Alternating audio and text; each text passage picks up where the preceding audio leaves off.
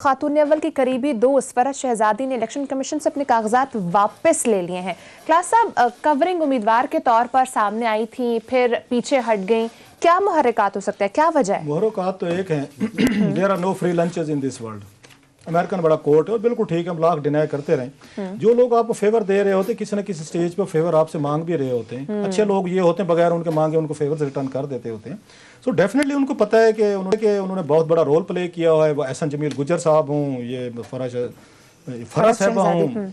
अब सवाल यह है कि इनकी अप्रूवल किसने दी थी कि कवरिंग कैंडिडेट ने? वहाँ तो ऑलरेडी 368 का हाउस है, वहाँ पे ऑलरेडी भी पीटीआई की मैं तो कह चुका हूँ लाहौर से बहुत ज्यादा लाहौर से आपने वहाँ पे 34 खवातीन पीटीआई ने वहाँ पे एमपीएज अपनी एमएनए बनाई हुई। तो वह सिर्फ आपने वहाँ से उनको पिक किया कि जनाब इनको दिया जाए। ये बेसिकली इनको सेनेटर इस दफ़ा नहीं बनाना था। ये होती है सॉफ्ट लॉन्चिंग, थोड़ा सा अब चेक करते होते हैं, अगली दफ़ा के लिए उम्मीदवार हैं देखेंगे। अच्छा। क्योंकि अब एक बहस होगी ना, डिबेट जो होनी थी, समथिंग फिलर छोड़ते हैं आप थोड़ा सा मार्केट में ज़रा आते जाते चेक करने के लिए कि अगर हम ये काम करें तो इसका क्या रिएक्शन आएगा और कैसे होगा। बाकी वही वो टेस्ट था, ये टेस्ट था। और मैं जैसे आपको कह रहा हूँ, मुझे भावलपुर और ये मुल्तान से खवातीन ने पीटीआई ने बताया कि हमें इजाज़त नहीं थी, सख्ती से मना किया हुआ था कि किसी की एंडोर्समेंट नहीं कर सकता कोई एमपीए वगैरह। अच्छा। साउथ की खवातीन जो है, सराइकी इलाकों की खवातीन के लिए आर्डर थे इमरान खान साहब के और इनकी पार्टी के कि वहां से कोई अपने अप्लाई नहीं कर सकता, कोई यहाँ पे अपनी मतलब जा नहीं सकता वहां पे। तो साफ ज़ाहिर है ये अगर उनको कवरिंग कैंडिडेट बनाया गया तो डेफिनेटली अप्रूवल टॉप से हुई है। एक चीज़।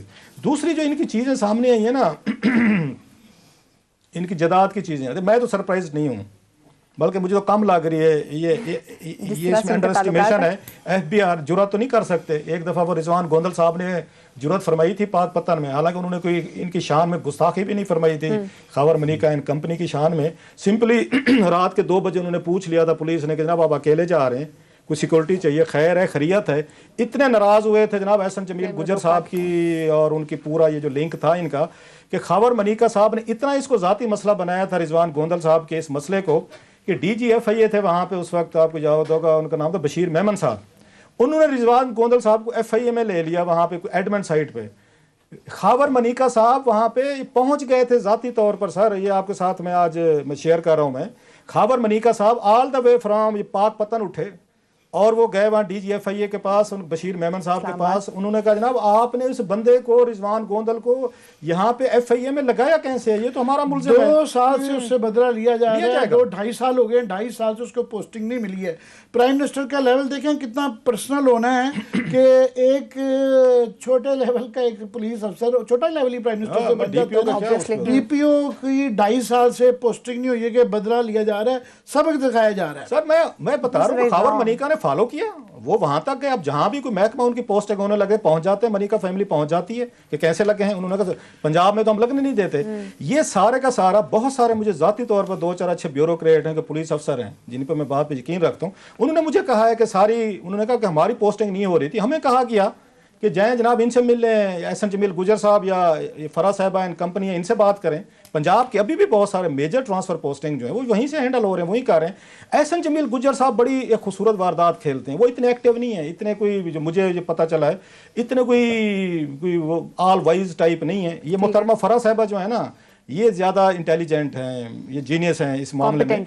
गोजरावाला में ये किसी वक्त वो भी स्टोरी मैं ले आऊँगा कि एहसन जमील गुजर साहब की अपनी हाउसिंग सोसाइटीज़ के लिए गोजरावाला डेवलपमेंट अथॉरिटी में इन्होंने बहुत सारे जोर डाले हुए थे, कुछ अफसरान भी लगवाए इन्होंने कि रेगुलाइज करवाएं के केस है इन पे। इन्होंने अभी भी खतून वहां पे लगी है। मैं थोड़ी डिटेल इकट्ठी कर रहा हूँ। एहसन जमील गुजर साहब और उसमें ये हमारे वजीर आला साहब भी शामिल हैं, ये जो उस्मान गुजार साहब हैं, कि कैसे किसी अफसर को इन्होंने टिकने नहीं दिया कि पहले एहसन जमील गुजर साहब की हाउसिंग सोसाइटीज़ के मामला ठीक करो। उन्होंने कहा हमने मरना है, कल को नए भाई आप लोगों ने टूर जाना है, कल को हमारे पे केसेस होंगे। उन्होंने किसी को वहां टिकने नहीं दिया। एक खतून है ये वहां पे एक, उन्होंने सुना है कि उसके बदले उनको डिप्टी कमिश्नर की बाद में उनको अब्लाइज किया है कि उन्होंने कोई थोड़ी सी मेहरबानी फरमाई है। सो ये आराम से ये 70 करोड़ तो कुछ भी नहीं है। ये अगर ये चीज़ें सामने जो आ रही हैं ये नथिंग।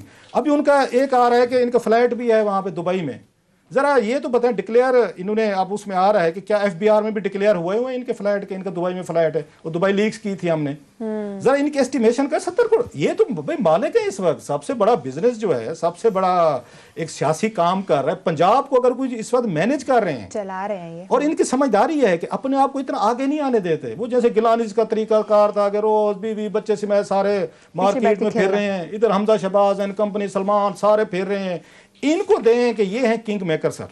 एहसन जमील गुजर साहब हूँ, पीछे फरा साहबा हूँ एंड कंपनी, पीछे बैठ के सारे का सारा चीज़ें भी मैनेज कर रहे हैं। उन्होंने अपने आप को कवरिंग कैंडिडेट भी बनवा लिया है, पंजाब में ट्रांसफर पोस्टिंग भी हो गई है। गोजरावाला डेवलपमेंट, मैं कहता हूँ जरा गोजरावाला के जर्नलिस्टों से कि मर गए सारे, कोई एक भी गोजरावाला में काम का रिपोर्टर नहीं है। जरा डिग आउट तो करें कि एहसन जमील गुजर साहब की हाउसिंग सोसाइटीज के मामला जो थे उनको कैसे रेगुलराइज किया गया और किसने किया वहाँ पे, और उस खतून को उसके बदले में क्या क्या इन्होंने वहाँ पे रिवार्ड किया गया, बहुत सारा कुछ निकल आएगा। मसला ये छोटे लेवल पे, छोटे शहर जो है ना सर, वहां पे जुरत नहीं करता रिपोर्टर कोई, क्योंकि ऊपर आपके पुलिस वाला बैठा है, एसएचओ बैठा है, वहां से नहीं तो मालकान को, चैनल के मालकान को मैनेज कर लेंगे, अखबार के ये मालिक को वो मैनेज कर लेंगे, इश्तिहार लेने होते ना, बिजनेस लेना होता ना उसके बदले। सो गोजरावाला से इस स्टोरी का मैं इंतजार कर रहा हूँ। कोई अगर शहर का बच्चा, पहलवानों का शहर है, बड़े बड़े वहाँ जुगादरी पहलवान रहते हैं, खाबे तो बड़े खाते हैं, एक कोई गोजरावाला का सहाफी जरा डिग करे कि इसकी एहसन जमील गुजर साहब की हाउसिंग सोसाइटीज के मामला को किसने और कैसे उनको सेटल किया गया है, कौन कौन लोग इसमें मुलव्वस थे। आप लोगों को मौका दिया जा रहा है, कुछ कर ले, नहीं तो मुझे कोई तकलीफ करके ना चीजें लानी पड़ेंगी सामने। आमिर साहब, आप क्लास साहब के बाद से इत्तेफाक करते हैं कि सिर्फ टेस्ट था जिनको आगे लाना? बात ये है कि पीटीआई के जो बेचारे हमारे भाई हैं वो बड़ी हसास हैं खातून अव्वल के मुतालिक, उनसे रिलेटेड जरा सी भी कोई बात, रिहाम खान के बारे में भी ऐसे तो वो पहले रिहाम खान के मुतालिक थे, अब नो कंपैरिजन दो, मगर फिर भी वो है। मगर क्या करें, जब आप उनकी जो एक बेस्ट फ्रेंड है और वो कंट्रोवर्शियल हुई हुई है, इसको जब वो एक, अब वो कह रहे हैं जी कवरिंग कैंडिडेट थी, नहीं, ये जब आप नाम पेश किया जाता है, जिस तरह मैंने कहा था जहांगीर तरीन साहब, ये जो तासुर होता है, ये परसेप्शन क्रिएट करनी होती है कि आप बादशाह या मलका आलिया के करीब हैं, उसके बाद खुद आपके काम होते हैं। ये एहसन गुज्जर साहब का रिजवान गुंदल का लोगों को वाकया भूल गया है, वहाँ पे वो रिजवान गुंदल को और जो आईजी और डीआईजी सबको जब बुलाया गया, आईजी वगैरह को, डीआईजी को, तो शारिक कमाल थे, तो वहाँ पे एक टांग पे टांग रख के चीफ मिनिस्टर तो चुप करके बैठा हुआ था, वो डील कर रहा था। उसने इंक्वायरी की कि क्या हुआ, कैसे नहीं है, ये नहीं है, जानते नहीं है, तुम नौकरी करनी है कि नहीं करनी। उन्हें बाद में पता चला कि वो समझे कि ये कोई सरकारी मुलाजिम है या वजीर है। वो बाद में चला कि जनाब ये तो एक बड़ा, इसके ऊपर अपने बेताशा केसेस हैं, एहसन गुज्जर साहब हैं, और वो बाद में अब वो चुप कर गया। उसके दौरान भी उनका एक बिल्कुल निज़ाम, बिल्कुल क्लास सही कह रहे हैं, चल रहा है। लाहौर का फॉर एग्जांपल, लाहौर के अंदर पोस्टिंग डिप्टी कमिश्नर साहबा जो वहाँ पे हैं, वो सुना है बड़े, वो भी इनकी दोस्त हैं। फिर ये परसेप्शन क्रिएट की जाती है, उसके बहाने सारे डीसी, ये इमरान खान साहब की जरूरत नहीं रहती है, सबको पता होता है कि ये खातून अव्वल की बेस्ट फ्रेंड है, और जिसने मुलाकात करनी है या जिसने काम करवाना है तो ये लोग हैं। ये तासुर क्रिएट किया जाता है, और इस तासुर का आगे हमने देखा था रिजवान गुंदल के दौर में, ये फ़ायदा लिया जा रहा था कि चीफ मिनिस्टर को शायद वो यही थेरी उस ज़माने चल रही कि यही लोग लाए थे, चाहे पता नहीं जो भी तरीकाकार निकाला गया था, जो भी कन्विंस करने के लिए। क्लास साहब की तो वो एन थेरी है कि जी वो एन, मुझे बड़ी तकलीफ है कि मैंने कहा जी मेरा नाम भी एन से है, आमिर मतीन है अल्हम्दुलिल्लाह, मगर हमारे ऊपर कोई नजर नहीं पड़ती, मगर बाकी एन वाले सारे काम यहाँ पे हमें नौकरियों से निकलवा देते हैं। तो ये तासुर क्रिएट किया जाता है, और ये बड़ी डिलिबरेटली होता है, इसको कैश किया जाता है। जब ये आप कहते हैं, फिर ये भी दिखाया जाता है कि जी देखें 70 करोड़ रुपए की तो इनकी जायदाद, ये जो नॉमिनेशन पेपर्स के साथ जो दी हुई है, पता नहीं एहसन गुज्जर साहब की कितनी होगी, ये इनकी जाती तो इनकी है, तो उनकी कितनी होगी। और उससे बात ये है, क्वेश्चन घूम फिर के हम जो रोते रहते हैं वो इखलाकी पहलू, सियासी और कानूनी तो होता है इखलाकी पहलू कि नया पाकिस्तान, इमरान खान साहब इखलाकी जो है ना, मॉरल हाई ग्राउंड बहुत ज़्यादा सीख करते हैं कि जी मॉरल मोरालिटी। अब कहाँ इखलाकी बात रह जाती है कि एक तरफ से ये फ़र्द बीबी आप पेश कर रहे हैं, केपी के अंदर आपने टोबैको लॉबी, जिसके खिलाफ खुद आपने ये बयान दिए हुए थे कि जनाब ये लूट के खा जाते हैं, वो 73 अरब रुपए का टैक्स खा जाते हैं। जाली जो तंबाकू बनाने वाला एक तरकई साहब जो थे, वो उनके मतलब कहा जाता है कि पाकिस्तान टोबैको में एक छोटे से मुलाजिम थे आज से 20-30 साल पहले, तो उसके बाद से अब वो अरबपति खरबपति ये पिछले 2-3 दहाइयों में बन गए हैं। और ये देखिए ना, एक खानदान का एक सेनेटर अब बनने जा रहा है, पहले भी था, एक MNA है, 2 MPA हैं, और दोनों, एक पहले ही वजीर है, दूसरे की भी बनवाने की कोशिश की जा रही है। इस तरह ही वो मुख्तलिफ हर उसके अंदर वो है कि वो नून लीग भी पीछे नहीं है, उनके यहाँ किस तरह ही आफरीदी फैमिली है। वो अभी अब्बास 6 वोट हैं टोटल नून लीग के, 5 या 6, तो अभी अब्बास अफरीदी को दोबारा मरियम बीबी उनके घर पे रहती हैं, उनके सेनेटर के लिए वो लड़ रहा है, कोई पता नहीं वो जीत जाए।